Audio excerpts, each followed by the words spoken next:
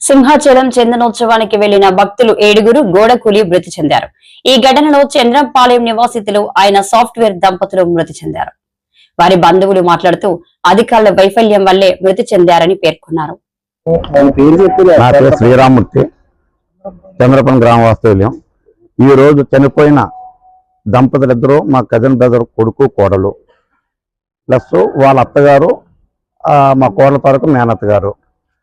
ఇది కేవలం ఈ దుర్మరణానికి కారణం కేవలం అధికారుల వైఫల్యమే. అధికారులు కాంట్రాక్టులు కుమ్మక్కయ్యి నాసిరకం పనులు చేసి ఇది సామాన్య ప్రధానికరణ మీద దెబ్బ పడింది. నలుగురు ప్రాణాలు, మా కుటుంబంలో నలుగురు ప్రాణాలు కోల్పోయామంటే మేము చాలా విషాదకరమైన బాధతోటి దిగమింతో బతుకుతున్నాం. ఈరోజు దంపతులు ఇద్దరు సాఫ్ట్వేర్ ఇంజనీర్లు, ఎంతో భవిష్యత్తున్న దంపతులే కేవలం అధికారుల వైఫల్యం వల్ల కాంట్రాక్టులతో కుమ్మక్కయ్యి నాసిరకం పనులు చేసి గోడ కూలి ఈరోజు నిలువన నిండు నూరేళ్ళ ప్రాణం తీయడం జరిగింది.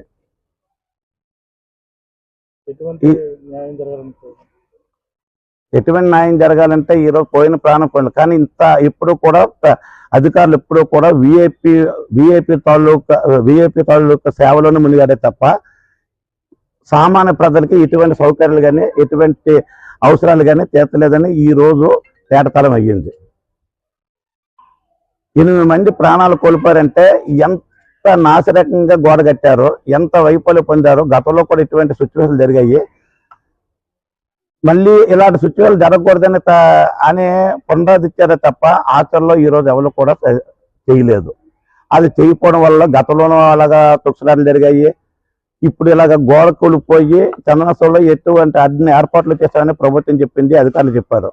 కింది స్థాయి అధికారులు, పై స్థాయి అధికారులు పరివేశన లోపము,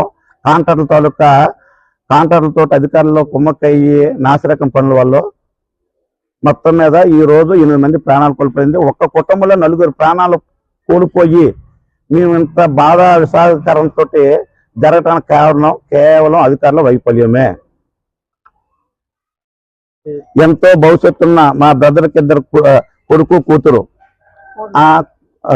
కొడుకు కోడలు ఈరోజు చనిపోయి విషాదకరంలో కోమాలో, తల్లిదండ్రులు కోమాలోకి వెళ్ళే పరిస్థితి తీసుకొచ్చారు అధికారులు. ఈరోజు దేవుని నిజరూప దర్శనం చేసుకున్నామని ఎంతో ఆతృతంగా భక్తి భావంతో వెళ్తే అధికారుల వైఫల్యం వల్ల మా ప్రాణాలు కోల్పోవాల్సి వచ్చింది.